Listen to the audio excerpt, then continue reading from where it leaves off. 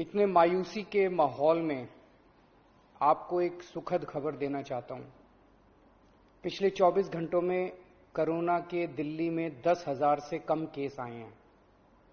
पिछले 24 घंटों में लगभग 8,500 केस आए हैं दिल्ली में। पिछले कई दिनों से दिल्ली में बहुत ज्यादा केस आ रहे थे। 20 अप्रैल को तो 28,000 से भी ज्यादा केस आए थे। आज 8,500 केस आए हैं। कई दिनों में पहली बार 10,000 के नीचे केस आए हैं। दिल्ली में संक्रमण दर भी काफी कम हो गई है। पिछले 24 घंटों में संक्रमण दर केवल 12% रह गई है। संक्रमण दर का मतलब अगर हम 100 लोगों का टेस्ट करते हैं तो उसमें कितने लोगों को कोरोना मिलता है। ज्यादा संक्रमण दर का मतलब होता है कि कोरोना बहुत ज्यादा फैला हुआ है। आज ये संक्रमण दर केवल 12% आई है। 22 अप्रैल को ये 36% तक पहुंच गई थी दिल्ली में संक्रमण दर। इसका मतलब दिल्ली में अब काफी कम लोग बीमार पड़ रहे हैं। अस्पतालों में भर्ती लोगों की संख्या भी अब काफी कम हो गई है। पिछले 10 दिनों में दिल्ली के अस्पतालों में कोरोना के 3,000 से ज्यादा मरीज कम हो गए हैं। यानी कि 3,000 बेड खाली हो गए हैं और अब अस्पतालों में बेड मिलने में परेशानी नहीं हो रही है। हालांकि एक बात देखने में आई है कि आईसीयू के बेड अभी भी भरे हुए हैं। इसका मतलब सीरियस मरीजों की संख्या अभी ज्यादा कम नहीं हुई है। अभी भी दिल्ली के अस्पतालों में आईसीयू बेड लगभग सारे भरे हुए हैं। इस दिशा में भी आपकी सरकार काम कर रही है।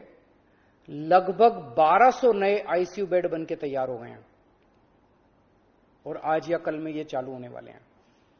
इससे अपने दिल्ली वासियों को काफी राहत मिलेगी। दिल्ली में जो केस कम हो रहे हैं इसमें हर दिल्ली वासी का बहुत ज्यादा सहयोग रहा है। हमने दिल्ली में बहुत कड़ा लॉकडाउन लगाया, लेकिन दिल्ली वासियों ने उसमें पूरा सहयोग किया। सबने पूरी तरह से लॉकडाउन का पालन किया। आज सब लोग बात कर रहे हैं कि दिल्ली वासियों ने इतने कम समय में कोरोना के केस कम कैसे कर लिए। ये केवल और केवल दिल्ली वासियों के अनुशासित आचरण की वजह से हुआ है। लेकिन लड़ाई अभी जीती नहीं गई है। लड़ाई अभी बाकी है। अभी भी 8,500 केस आए हैं। इनको 0 तक ले जाना है। कोरोना को पूरी तरह खत्म करना है। और दूसरी बात, हम अगर अब ढीले पड़ गए तो ये केस फिर बढ़ जाएंगे। कोई गारंटी नहीं है कि ये कम ही रहेंगे। फिर से दिल्ली पे मुसीबत आ सकती है। इसीलिए किसी भी हालत में ढिलाई नहीं करनी। कड़ाई से लॉकडाउन का पालन करना है और कोरोना से बचने के जितने भी उपाय हैं वो सारे लागू रखने हैं। दिल्ली सरकार भी अपने इंतजामों में कोई कमी नहीं छोड़ रही। हम अभी और नए ऑक्सीजन बेड बना रहे हैं। ऑक्सीजन के कई हजार सिलेंडर खरीद रहे हैं। नए नए आईसीयू बेड बना रहे हैं, ताकि भगवान ना करे अगर कोरोना के केस फिर से बढ़ गए तो हमारी तैयारी में कोई कमी नहीं होगी।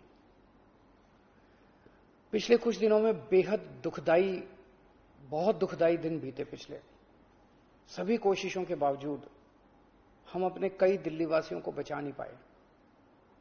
कई परिवारों में तो 1 से ज्यादा मौत हुई है।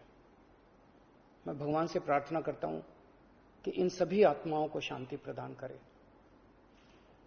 मैं ऐसे कई बच्चों को जानता हूं जिनके दोनों माता पिता चल बसे। अब उनका इस दुनिया में कोई नहीं है।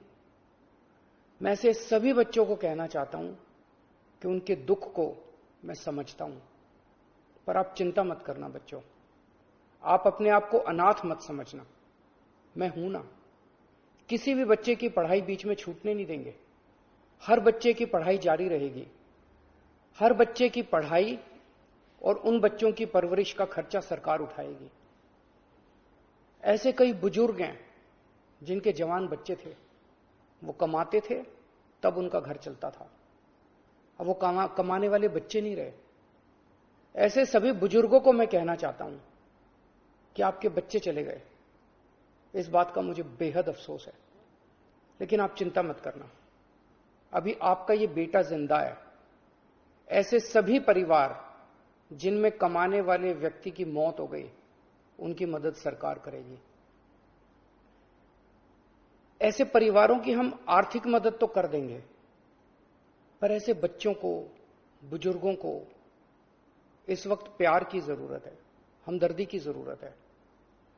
मेरी ऐसे परिवारों के सभी पड़ोसियों और उनके रिश्तेदारों से विनती है, इनका ख्याल रखना। ऐसे परिवारों पे बहुत बड़ी मुसीबत आई है, इन्हें अपना प्यार और अपनी हमदर्दी देना। दिल्ली के 2 करोड़ लोग, हम सब एक परिवार हैं। इस दुख की घड़ी में हमें एक दूसरे की मदद करनी है। आज ईद का त्योहार है। ऊपर वाले से आपकी सेहत और आपकी खुशियों की प्रार्थना करता हूं। नमस्कार।